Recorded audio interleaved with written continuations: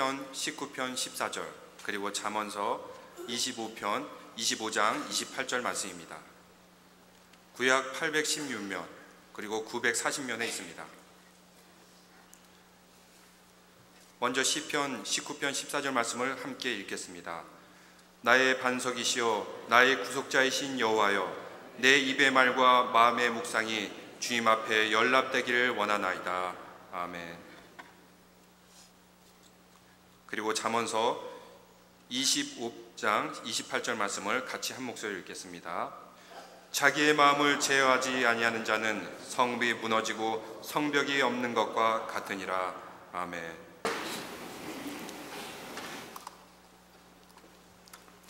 종종 우리의 마음이 이렇게 싸늘하게 식어지는 느낌이 찾아올 때가 있습니다. 또 사랑하고 싶은 마음이 가라앉고, 또 부부간에도 한때는 그렇게 사랑스러웠으나 그 사랑하고픈 마음이 이렇게 식어질 때가 있습니다. 또 교회 일을 하면서 우리가 마음이 무너내리지 않습니다. 부모와 자식 간에서도 우리 관계의 상처를 입기도 합니다. 상처를 받으면 이 마음이 열리지 않습니다. 그래서 사역하고 싶은, 일하고 싶은 열정이 싸늘하게 식습니다. 이게 마음이 여러분들 착 가라앉으면 나타나는 현상은 힘이 없어요. 에너지가 없어요. 인간의 마음은 참 오묘합니다. 인간의 마음, 내 뜻대로 내 생각대로 이 마음이 움직여주면 얼마나 좋겠어요. 근데 인간의 마음은 내가 원하는 대로 움직여주지 않습니다. 그래서 내 마음 나도 몰라, 내 마음 나도 몰라, 이 마음이 어떻게 굴러갈지 나도 몰라. 여러분, 그렇지만 이 인간의 마음이라는 것은 우리의 인간의 가장 깊은 내면에서 움직입니다. 이 마음의 구조는요, 놀랍도록 복잡해요. 미묘해요. 그래서 이 마음은 인간이 도저히 다스릴 수가 없어요. 이 마음은 하나님이 다스려 주셔야 돼요. 하나님이 이 마음을 지켜주셔야 돼요. 하나님만이 이 마음을 구원해 주실 수 있어요. 그래서 하나님만이 우리의 마음을 새롭게 빚어갈 수 있다는 믿음을 가지고 사시는 여러분 되시기를 주의 이름으로 축원드립니다. 2년 전인가 니카라과 선교를 마치고 몸과 마음이 매우 지쳐 있었는데, 또 그 주말에 비행기를 타고 시카고로 날아가야 하는 그러한 일이 있었습니다. 100도가 오르넘는 열대에서 40도의 그 밑에 온도로 오가는 냉대 지역을 날아가면서요, 이게 벌써 몸이 좀 이상해요. 이게 몸에 이상이 있다는 조짐이 나타나고 있습니다. 저희 교단 여성교 총회에서 또 제가 설교를 해달라고 그래서 저보고 꼭 오라고 그래서 할 수 없이 총회 설교를 마치고, 그리고 토요일날 저녁에는 시카고 어느 교회에서 집회를 시작했습니다. 근데 온몸이요 천농처럼 녹아져요. 몸이 말을 안, 피곤이 몰려오고 100도에서 40도로 오가니까 그 기온차에 몸에 무리가 나타나더라고요. 그래서 오늘 저녁, 내일 주일날 2번 설교, 저녁 집회까지 내가 도저히 할 수 있을까? 자신이 없었어요. 근데 주일 저녁 집회가 되니까 이 몸이 내 몸이 아니에요. 그러니까 내 마음마저도 무너지는 거예요. 이 마음에 영적인 시동이 걸려야 이 말씀을 전할 수 있을 텐데, 이 마음이 또 얼어붙습니다. 그래서 내가 과연 광단에서 말씀을 전할 수 있을까? 집회를 나가기 전에 무릎을 꿇고 하나님께 기도했습니다. 하나님, 내 몸이 이 사주 육신이 내 몸과 같지 않습니다. 주님, 그러니까 내 마음도 무너지고 있습니다. 주님, 저를 제발 도와주세요. 여기 모인 사람들에게 주님의 마음을 전하고 싶은데 열려지지가 않습니다. 나를 불쌍히 여겨주세요. 주님의 능력을 좀 더해 주세요. 그렇게 간절히 기도하고, 그리고 예배당에 들어섰습니다. 찬양팀이 이렇게 찬양을 하는데, 찬양팀이 너무 또 아마추어 수준인 거라. 근데 마음이 피곤한데도 또 공연이 우리 교회 찬양팀하고 비교해 보니까 짜증이 나는 거예요. 제가요, 제 마음속에 오늘 집회는 날 샜다. 이게 마음이 착각 안 되는 거예요. 예.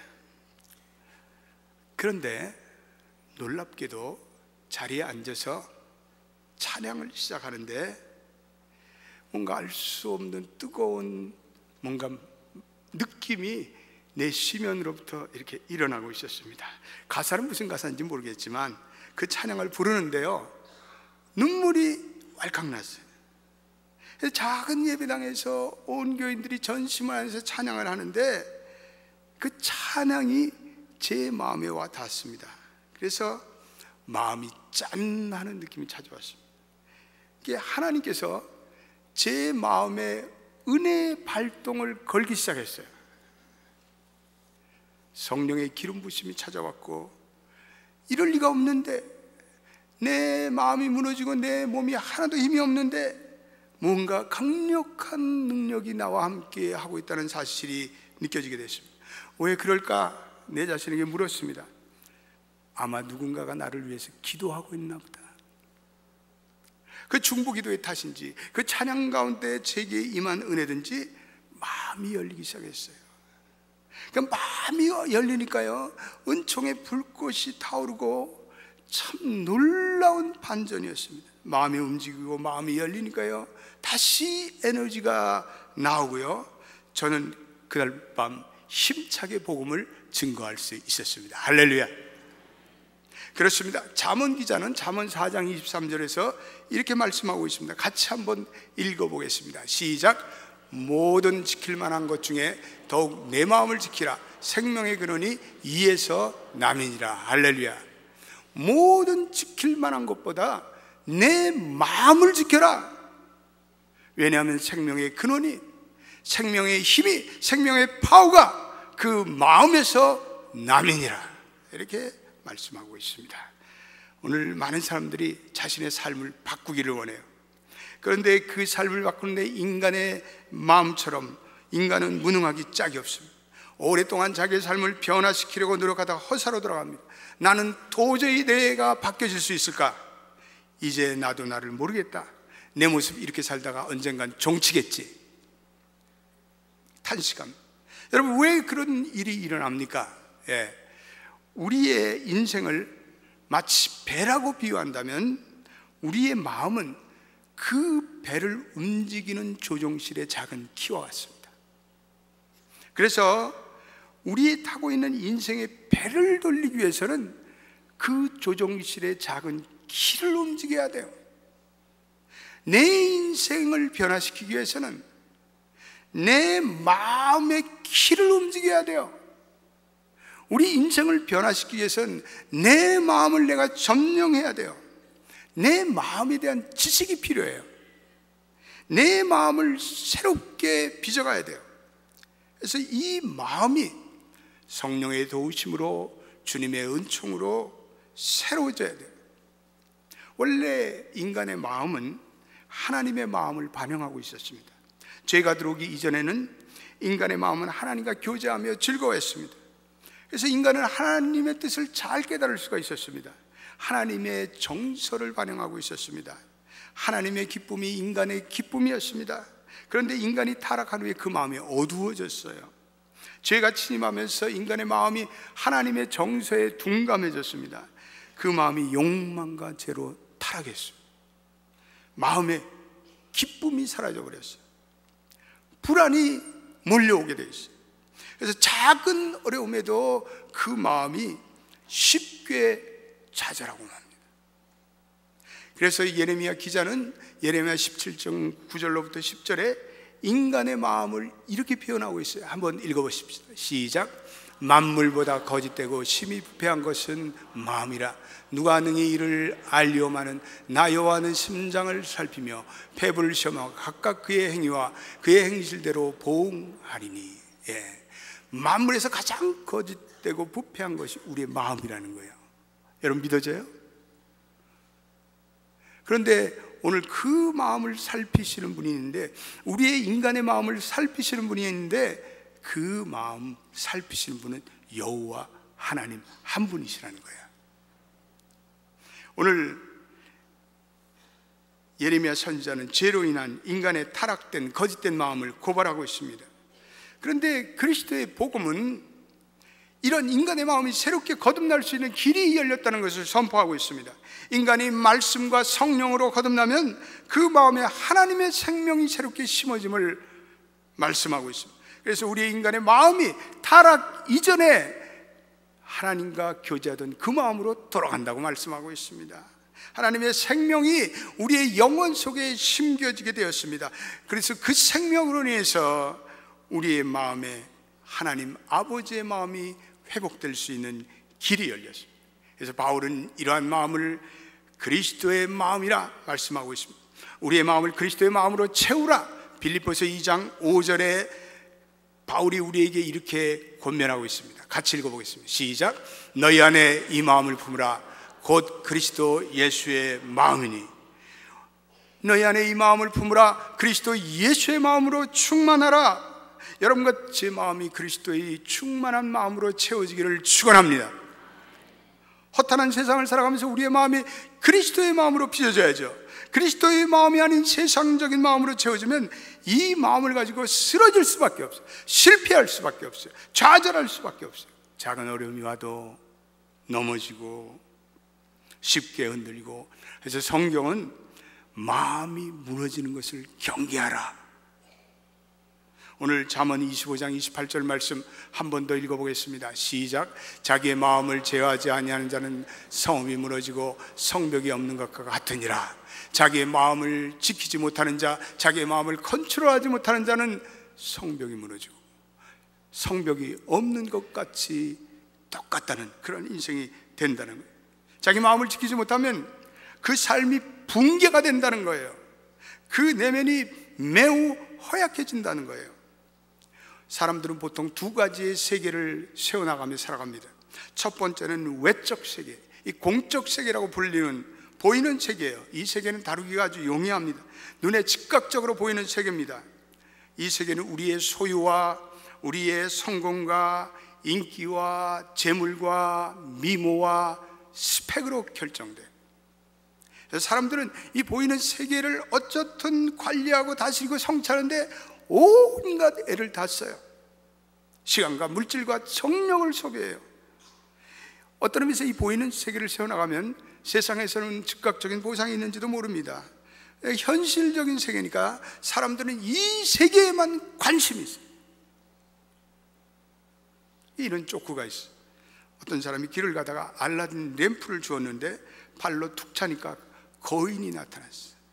그 거인이 그 사람이 꾹벅 인사하며 주인님, 저에게 원하는 소원 한 가지만 말씀해 주면 무엇인지 들어주겠습니다.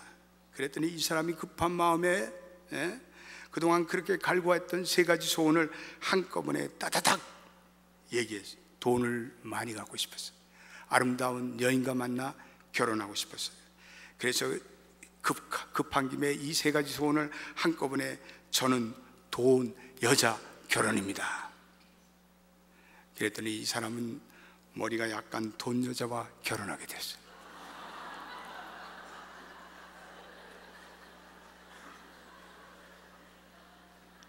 조금 달라진 남성 또 버전인데 그 남자에게 똑같은 질문을 했더니 그 남자가 아주 힘세고 돈도 많은 부자가 되게 해주세요.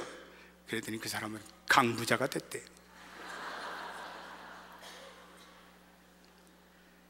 여러분, 사람들은 이 외면 세계에 관심이 많지만 이 외면 세계처럼 허망하고 허무한 세계가 없습니다. 이 세계가 세워지면 사람들이 착각을 해요. 이 외면 세계가 잘 세워지고 내가 돈이 많고 스펙이 쌓여지고 미모가 있으면 내 인격도 좋아지리라. 뭐가 좋아져요? 그건 절대로 착각입니다. 문제는 어느 날 자기가 쌓아올린 모든 외적인 세계가 자기의 내면의 세계와는 전혀 관계가 없다는 것을 실감하게 됩니다. 자기가 쌓아올린 외적인 세계가 내면의 성장과는 상관이 없어요. 그리고 후회합니다. 그리고 자기의 세계를 너무 보이는 그 외적인 세계를 위해서 자기의 모든 것을 쏟았다는 탄식을 하게 될 때가 찾아옵니다. 마음을 개발하지 않았어요. 마음을 훈련하지 않았어요. 이 마음이 얼마나 중요한데 이 마음을 경작시키지 않았어요. 그래서 이 마음이 힘이 없어요. 심력이 없어요. 심력이.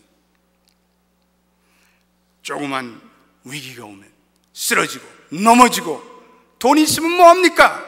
인생에 조그만 위기가 와봐요. 그런 사람들 금방 주저앉고 자살을 하고자 소동을 피우고, 마음이 황폐해지니까 힘이 없는 거예요. 힘이. 그래서 요즘에 한국의 자살률은 세계 1위입니다. 1년에 15,000명에서 25,000명이 자살을 합니다. 자살 공화국이에요. 왜 그렇습니까? 마음에 힘이 없어요. 미 공군 비행사인 하워드 러틀리지라는 분이 월남전 초기에 베트남 북쪽에서 포로로 잡혔습니다. 전쟁이 풀려나갈까지 월맹군의 소나기 속에서 몇 년 동안 비참한 포로 생활을 했습니다. 전쟁이 끝날 무렵 미국으로 다시 송환되어 책을 하나 썼는데 In the presence of mine enemies, 나의 적들이라는, 나의 진정한 적들. 그 책에서 자기는 견디기 어려웠던 자기의 포로 생활을 이렇게 고백하고 있습니다. 회상으로 점철되었던 기나긴 포로 생활에서 나는 중요한 것과 하찮은 것과 그리고 가치 있는 것과 보잘것없는 것을 구분하기가 훨씬 더 쉬워졌다. 예를 들면 과거에 나는 일요일에 보통 일을 하거나 열심히 놀면서도 교회 갈 시간이 없었다. 수년 동안 나의 아내 필립스는 가족과 함께 내가 교회 나가기를 권했다. 그렇지만 그녀는 한 번도 잔소리하거나 나를 꾸짖지 않았다. 그녀는 계속해서 기도할 따름이었다.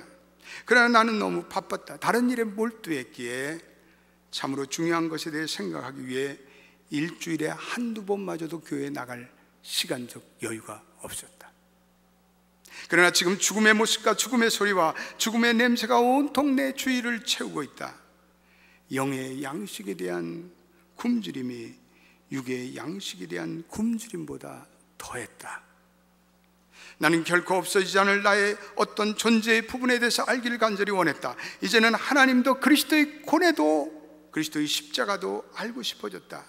그러나 이 처참한 수용소에서 목사도 주일학교 교사도 성경도 찬송가도 나를 인도하고 지켜줄 믿음의 사람도 아무도 없었다. 나는 내 삶에 내 마음을 빚어가는 일을 완전히 무시했던 것이다. 감옥에 갇혀서야 나는 비로소 하나님이 없는 내 삶이 얼마나 공허하다는 것을 깨닫게 되었다.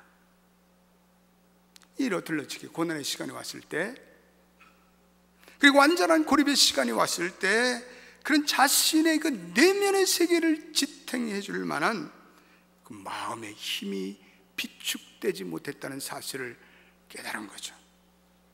자신의 마음의 영적 수준이 비참한 상태에 있는 거예요. 이 마음이 황폐해져 있는 거예요. 그렇습니다. 마음의 세계는 대단히 중요한 영적 세계입니다. 중요한 세계입니다. 이 마음은 본질적으로 영적인 세계입니다. 마음과 정신 그리고 영혼이 깊이 자리 잡고 있는 깊은 내적인 동기가 흘러나오는 세계입니다. 진정한 우리의 선택과 가치가 결정되는 것이고, 고독과 성찰이 추구되는 것이고, 예배와 신앙 고백이 이루어지는 것이고, 찬양의 감격과 감사가 흘러나오는 것입니다. 속사람이 이루어지는 세계입니다. 보이지 않는 세계입니다. 심령의 세계입니다. 적지 않은 그리스도인들마저도 이 마음의 세계를 가꾸는데 등하냐.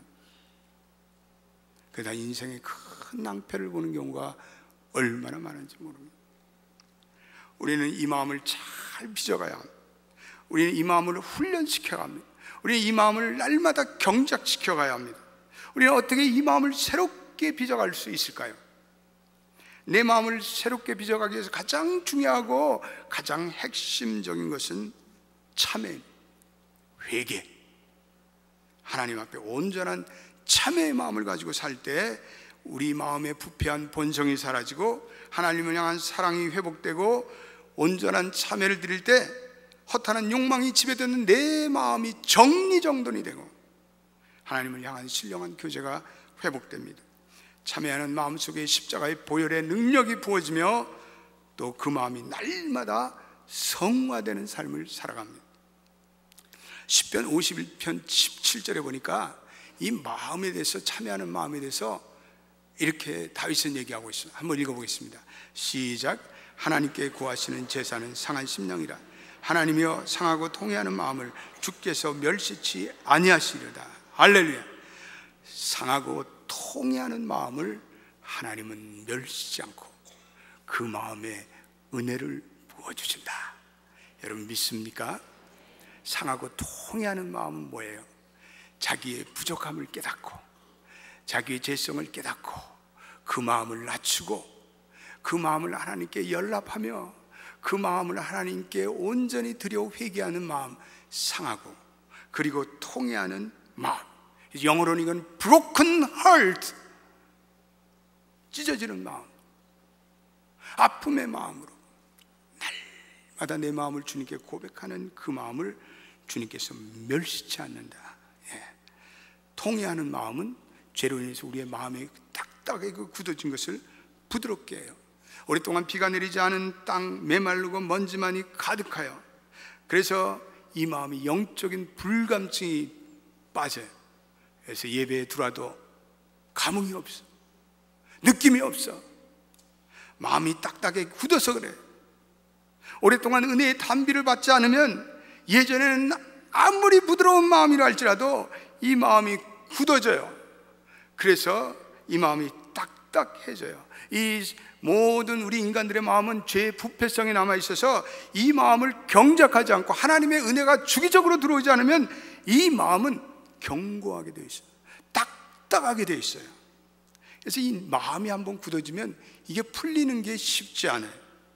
예전엔 작은 일에도 하나님의 음성이 느껴지고 하나님의 사랑이 느껴지고 그분의 정서에 영향을 받고 그분께 순종했는데 이 마음이 굳어지기 시작하면부터 하나님께 이게 반응이 안 돼.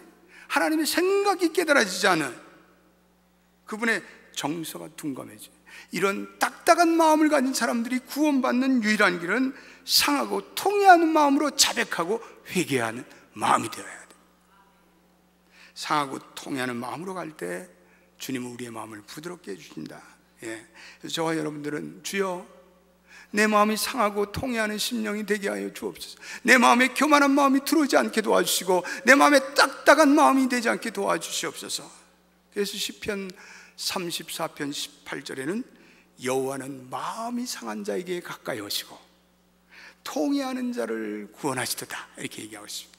따라서 여호와는 마음이 상한 자를 가까이 하십니다. 할렐루야. 믿습니까? 여호와는 항상 통회하는 마음을 귀하게 보시고 가까이 하시고 은혜를 주시고 그래서 상하고 통회하는 마음으로 우리 회개할 때 주님은 우리의 마음을 새롭게 빚어가요. 근데 이 마음이 이렇게 새롭게 빚어갈 때 우리에게 찾아온 것은 기쁨이에요. 기쁨, joy. 오늘날 이 세상에 이렇게 정신병이 많아지고 오늘 이 세상에 이렇게 우울증이 만연되는 것은 현대인의 병든 마음과 관련된 거예요. 여러분들의 마음에 우울증이 찾아오면 이거는 아버지의 은혜를 구할 때라 이렇게 생각하셔야 돼요. 그때는 비상하게 내가 주님께 나와야 돼요. 주님께 회개해야 돼요. 주님의 은혜를 구해야 돼요.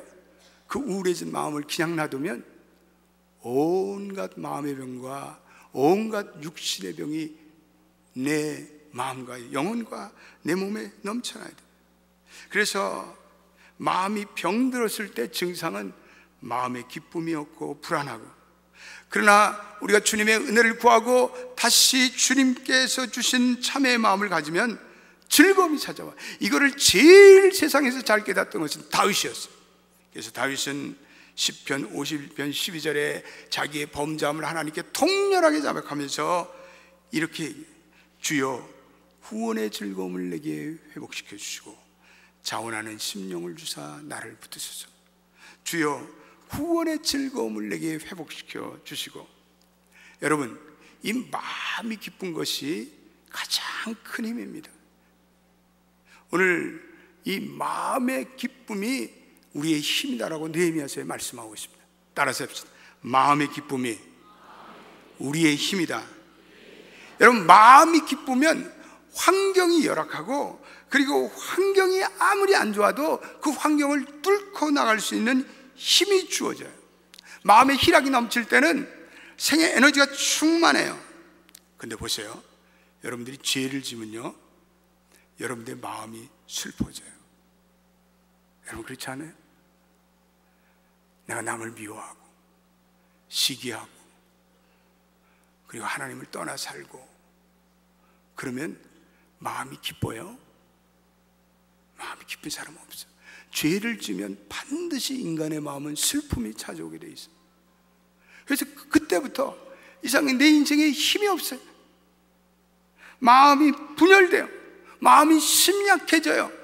그건 죄로 인한 우리의 마음의 힘이 연약해진 결과예요. 그래서 우리의 삶에 메가리가 없어요. 잠언 15장 13절에 이러한 놀라운 말씀을 우리에게 주고 있습니다. 시작. 내 마음의 즐거움은 얼굴을 빛나게 하여도 마음의 근심은 심령을 상하게 하느니라. 마음의 즐거움이 우리의 얼굴에 기쁨을 줘요. 여러분들의 얼굴이 기쁘면 그건 마음에 즐겁다는 거예요.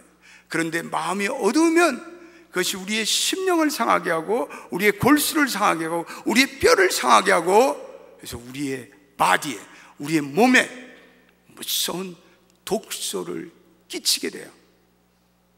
그래서 마음의 근심을 품고 사는 사람들은 결국 시간이 흐르면서 인격의 장애가 생기고 성격 장애가 생기고 적대감이 생기고 분노와 자살 충동과 각종 신경성 질환이 찾아오게 돼요. 그래서 마음을 이걸 늘 기쁘게 마음을 즐겁게 하나님이 주시는 은혜를 받고 그래서 하나님의 은혜 가운데 여러분의 심령 여러분의 몸과 마음이 새로워지기를 주님의 이름으로 축원드립니다. 마음을 새롭게 빚기 위해서 우리가 죄로부터 벗어나야 돼요. 그 죄를 낱낱이 주님께 고백해야 돼요. 참여하는 마음 주님께서 구원의 즐거움을 회복시켜 주기 때문에 그래요. 우리의 마음이 새롭게 빚어지는 또 하나의 방법인데 그것은 우리의 마음을 하나님께 토하라. 마음을 하나님께 토하라 라는 강렬한 표현을 시편 기자는 사용하고 있어요. 우리의 마음의 상처, 응어리를 이걸 가만히 두지 말고 전부 하나님께 쏟아 부으라 이 말이에요. 마음을 하나님께 토하는 것이 우리의 마음의 치유의 시작이며 완성입니다.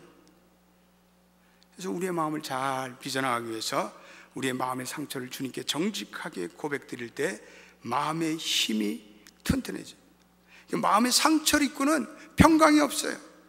문제는 마음이라는 것은 마음처럼 연약한 것이 없어요. 그래서 이 마음을 그냥 상처를 입은 채 방치해두면 그것이 다 내 마음에 우울증과 적대감과 불안과 그리고 복수심과 자살 충동이 생기며 온갖 독소가 거기서 다 쏟아져 나오는 거예요. 그래서 시편 62편 8절에 우리 마음의 전문가인 다윗 선생께서 이렇게 또 우리들에게 말씀하고 있어요. 시작. 백성들아 시시로 그들을 의지하고 그의 앞에 마음을 도하라. 하나님은 우리의 피난처시로다. 셀라. 마음을 토하라. 백성들아 너희는 하나님을 의지하고 마음을 토하라. 이건 토하라는 것은 물그릇에 물을 담아 쏟아 그 그릇에 붓는 것을 말해요. 우리의 마음에 상처 입은 것, 우리의 마음에 감춰진 것을 다 주님 앞에 쏟아 붓는 거예요. 여러분 다윗처럼 상처를 많이 입은 사람이 없어요. 다윗은 사울에 의해서 상처를 너무나 받았어요.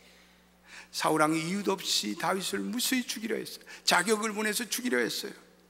사울 왕이 자기 딸을 이 다윗에게 주었는데 뺏어가지고 다른 남자에 또 주었어요. 그러니까 이 다윗은 자기의 그 어떤 장인이었고 보스였던 이 사울 왕에 대해서 마음의 상처를 너무나 많이 받았어요. 그래서 시편 73편 21절에 내 마음이 산란하여 내 심장을 찔렀나이다. 이 사울이요 바울의 마음을 갈기갈기 찢어놨어요. 여러분의 마음을 갈기갈기 찢어놓은 분들이 있어요? 아마 있을지도 몰라요. 이민사회도 서로 사람들이 상처 입은 사람들이 너무나 많아요. 배신, 돈 문제, 인간관계, 치정, 뭐 여러 가지 이유로 이 마음의 상처를 받아요. 그리고 그 상처를 매일매일 어떤 사람들은 반복해서 되씹고 또 씹어요. 그 인간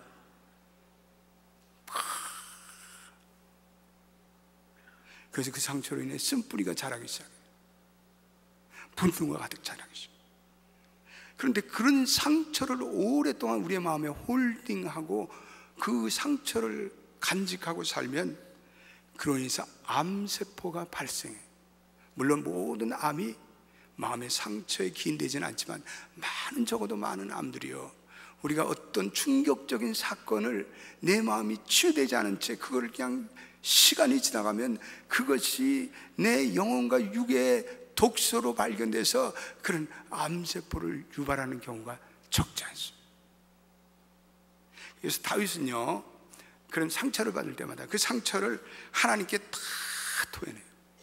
다윗은 누구 인간에게 얘기하지 않아요. 다윗은 하나님께 자기의 모든 상처와 자기의 아픔 준 사람을 고자질해요. 고자질은 하나님한테만 하면 되는 거야. 할렐루야.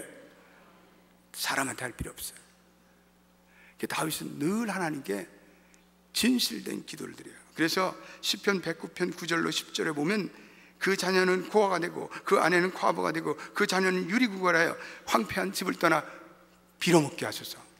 여러분, 믿을 수가 있겠어요? 다윗이 이러한 기도를 드렸다는 사실이 믿어지죠? 다윗이 그런 기도를 드렸다. 주님, 저 원수의 자식을 바위에 쳐서 죽게 하옵시고 빌어먹게 하옵소서. 여기서 중요한 것은 다윗이 그만큼 진실한 기도를 드렸다는 거예요. 여러분, 기도를 드릴 때 미사역으로 기도할 것 없어요. 그러한 기도 별로 능력 있는 파워풀한 기도가 아니에요. 여러분들의 마음을 그냥 다 하나님께 드리시기를 축원합니다. 진실되게, 정직하게. 그게 우리의 마음이 치유받는 길이에요. 오늘 다윗의 기도는 자기의 마음에 진실을 안고 있는 정직한 기도였어요. 그래서 그 마음의 모든 진실을 안고 하나님께 다 토했어요. 토하고 나니까 상처가 치유됐어요. 그래서 다윗이 힘을 얻고 다윗이 왕이 되고, 오늘 시편 30편 3절에 토설치 않을 때 종일 신음함으로 내 뼈가 쇠하였더라. 우리가 마음의 상처를 이 마음에 묶어놓으면 그로 인해서 내 뼈가 상한다고 말씀하고 있어요. 마음의 상처를 다 주님께 토하면 주님께서 고쳐주셔요. 그래서 우리는 항상 주님께 우리의 상처와 아픔과 모든 것을 주님께 고백하고 토하고, 그럴 때 우리는 그리스도 안에서 진정한 자유를 누려요. 마음이 치유되고 상처가 고쳐져요. 새로운 마음의 힘을 얻게 돼요. 이 마음은 우리가 죄에 대한 고백으로, 또 우리가 기도로, 또 하나님의 말씀을 많이 묵상하고 그러한 자에게 하나님께서 은혜의 마음을 주십니다. 새해는 온 성도들이 마음을 새롭게 빚어가는 은혜가 있기를 축원합니다. 이 마음을 말씀으로, 기도로, 묵상으로 성령의 임재 가운데 새롭게 빚어가시길 바랍니다. 그러면 하나님의 은혜가 늘 여러분들의 마음속에 출렁거릴 거예요. 마음의 힘이 넘쳐날 거예요. 그 새로운 심력으로 거친 인생의 파도를 이기고 승리하시는 연합교회 성도들 되시기를 주님의 이름으로 축원드립니다. 기도하겠습니다. 하나님, 우리의 허탄한 마음, 우리의 상처가 많은 마음, 내 마음, 나도 모르는 이 마음, 주님, 이 마음을 지켜주십시오. 이 마음을 구원해 주세요. 이 마음을 새롭게 빚어가게 도와주세요. 어떤 때는 내 마음을 내 자신이 감당을 할 수가 없습니다. 오 주님, 우리를 불쌍히 여겨주시고 이 마음 속에 그리스도의 임재로 충만하게 하옵소서. 내 마음에 상하고 통해하는 심령을 주셔서 주님께 온전히 나올 수 있게 도와 주시옵소서. 주님, 내가 내 마음에 상처와 아픔이 있을 때 그것을 주님께 토설할 수 있게 되기를 원합니다. 고백할 수 있게 되기를, 기도로 부르짖게 되기를 원합니다. 그러할 때 그 마음을 주님께서 치유하시고 회복해 주실 줄로 믿습니다. 주님, 우리의 마음들이 너무 연약해서 병들고 정신병이 들고 자살을 하고 이런 일들이 너무나 많습니다. 주님, 오로지 주님께서만이 말씀의 묵상과 기도와 그리고 찬양과 예배 가운데 우리의 마음을 지켜주실 줄로 믿습니다. 우리 연합의 성도들의 마음은 늘 주님을 묵상함으로 그 마음이 연락됨으로 마음에 기쁨이 충만하게 하옵소서. 예수님의 이름으로 기도드립니다. 아멘.